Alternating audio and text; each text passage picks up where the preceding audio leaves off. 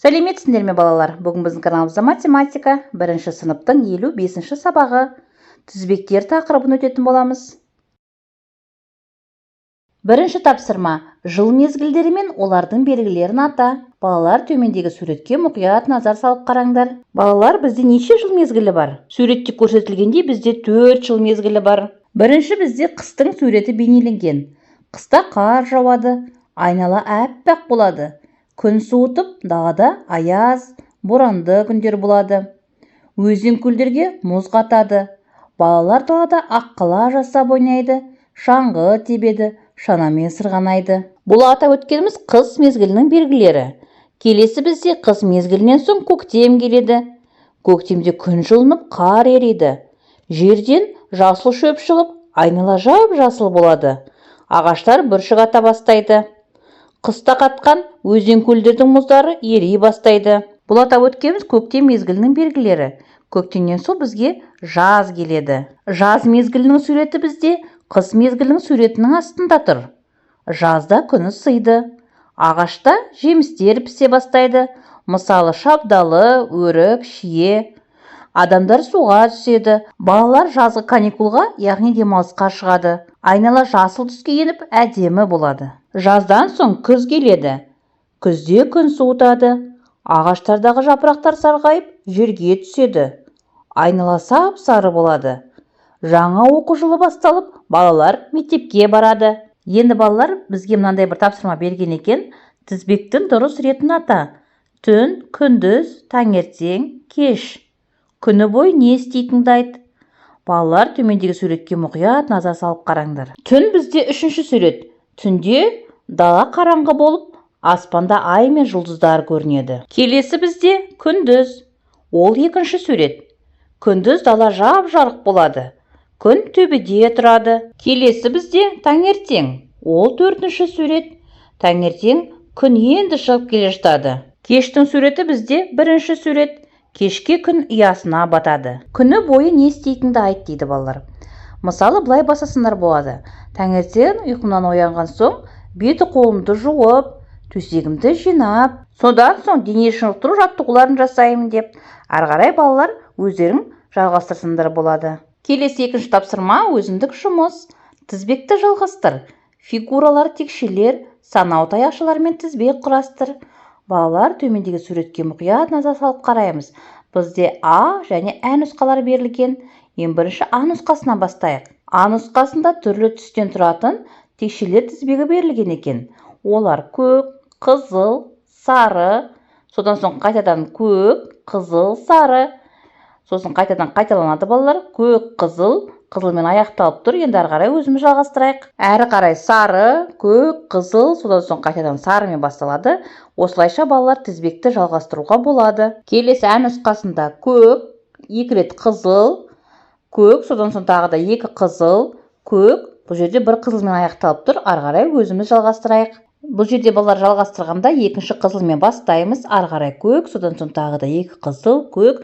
Осылайша балалар тізбекті жалғастырып кете беруге болады. Келесі 3-ші тапсырма. Фигуралардың қандай тізбектілікпен орналасқанын түсіндір. Соңғы шыршаны қалай бояу керек? Дәптеріңе орында. Ал балалар, төмендегі суретке мұқият назар салып қараңдар. Төменде бізде 3 бөліктен және әр бөлігі әртүрлі түстен тұратын шыршалардың суреттері бейнеленген.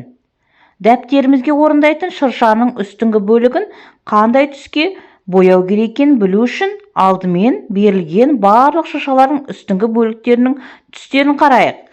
Бұл жерде 2 қызыл, 2 жасыл, 1 сары түстер бар. Демек, сары түс біреу болғандықтан дәптерімізге салатын шыршаның үстіңгі бөлігін сары түске бояймыз. Келесі бізде шыршаның 2-ші бөлігі, яғни ортасы.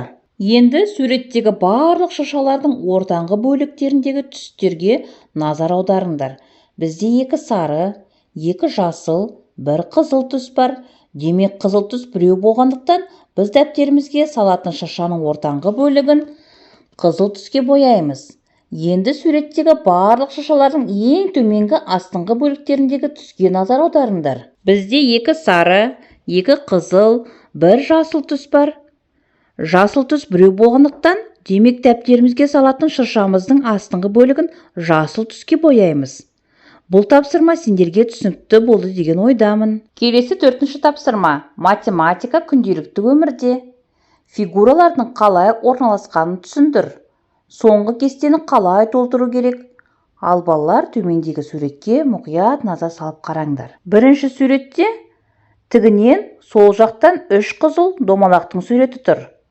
Келесі суретте үстіңгі бөлігі бос, ортаңғы бөлігінің сол жағында бір қызыл домалақ, ал астыңғы бөлігінде көлденең 2 қызыл домалақтың суреті тұр.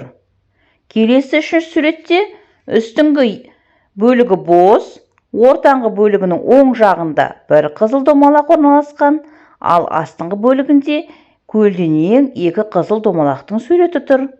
4-ші суретке біз осындай оң жағынан тігінен бірінің астынан бір орналасқан 3 қызыл домалақтың суретін саламыз. Сонда бізде барлық сурет бірдей болып қайталанып тұр. Келесі 5-ші тапсырма. Сен зерттеушісің. Математикалық ребустар. Сандарды тап. Балалар төменгі суретке мұқият қараңдар. Көк түсті шаршылардың ішінде сол жағынан тігінен 3, 1, 4 деген сандар тұр. Енді ортаңғы бөлігінде тігінен бізде үстіңгі шаршы бос, ал ортасында 3, астында 1 деген сан тұр. Демек тігінен ортаңғы үстіңгі бөлігіне біз 4 деген санды жазамыз. Енді көлденеңнен бізде 2-ші және 3-ші қатарда 3 және 1 деген сандар тұр. Демек көлденеңнен ортаңғы 1-ші қатарға біз 4 деген санды жазамыз. Енді көлденеңнен ең астыңғы бөлігін жазамыз. Бізде 1, 4 деген сандар бар. Демек бізге 3 деген сан жетпей тұр. Мінекей балалар, осылайша біз көк шаршының ішіндегі жетпей тұрған сандарды тауып алдық. Енді балалар келесі суретке назар салып қараңдар. Бұл жерде бізде қызыл шаршылардың суреті берілген екен. Бізде көлденеңнен ең астыңғы бөлігінде 10, 20 және 40 деген сандар тұр. Енді бос болып тұрған жерге жетпей тұрған сандарды орналастырайық. Бірінші сол жағынан тігінен ең үсті бос, ортасында 20, ал астында 10 деген сандар тұр. Демек бізге жетпей тұрған сан 40. Келесі тігінен ортаңғы бөлігінде жоғарғы жағында 10, ортасы бос, астында 20 деген сандар тұр. Демек тігінен ортаңғы бөлігіне 40 деген сан жетпей тұр. Тігінен соңғы 3-ші бөлігінде үсті және ортасы бос, ал астында 40 деген сан тұр. Демек көлденеңнен үстінен 40, 10 сандар тұр, жетпей тұрғаны 20. Ал көлденеңнен ортаңғы қатарында 20, 40 бар, жетпей тұрғаны 10 санын жазамыз. Мінекей балалар, осылайша біз математикалық ребустарды шешіп, жетпей тұрған сандарды тауып қойып шықтық. Ал балалар, бүгінгі тақырып және тапсырмалар сендерге түсінікті болды деген ойдамын. Осымен бүгінгі сабағымыз аяқталды. Назар салып тыңдағандарыңа рахмет. Сабағына лайк басып, каналға тіркелуді ұмытпаңдар. Келесі кездескенше.